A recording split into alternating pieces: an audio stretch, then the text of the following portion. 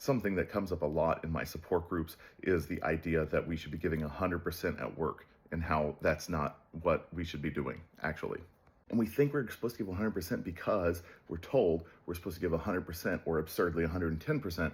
And we take that literally. Some of us are autistic, and we take that literally because why would somebody say something to us that they didn't mean, especially in a workplace? ADHDers and autistics are used to having things be difficult.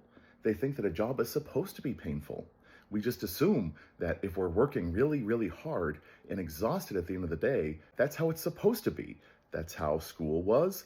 And despite the fact that much of our exhaustion might be from person interaction and different sensory overloads, it feels like it's from the work because all of our energy is dipping from the same bucket. Neurotypicals, they take this differently. They're giving 60%, 65%, whatever, and I'm sure in the comments I'll get all sorts of percents of what they're giving. That's because they're conserving their energy.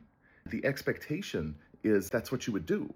The expectation when they say 100%, they mean like, do your best for the amount of work you should be doing. They don't mean this is an extinction test, work until you drop. ADHDers and autistics will come into the workplace and do their very best and kill it. And we think, I've accomplished so much, now there might be a little bit of a longer leash, or now I might be better respected by other people. But that's not how top-down thinking works. The way top-down thinking works is if you perform that way, you're expected to always perform that way. If you perform that way silently, you're expected to stay silent about your performance. And then the minute that you respond to your energy being drained and don't do as well, now you're underperforming, despite the fact that everybody else might be performing at that level. You've just done less than you're supposed to do by expectation. And, without even getting into the autistic spiky profile, what the things that neurodivergents work better in bursts. We work in creative and expressive bursts. We can get a lot of work done in a small amount of time.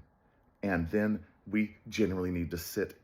We need to rest. We need to do something for ourselves that we find interesting to reload ourselves because we're not getting dopamine at work. We're not getting that dopamine fix that other people are getting. And we're also not co-regulating as well at work. Other people, they get in there with their coworkers and everybody, like it's basically like a safety net of co-regulating with each other. And that's not really our thing either. So yeah, it's all a lot harder and we shouldn't be giving 100%. Thanks.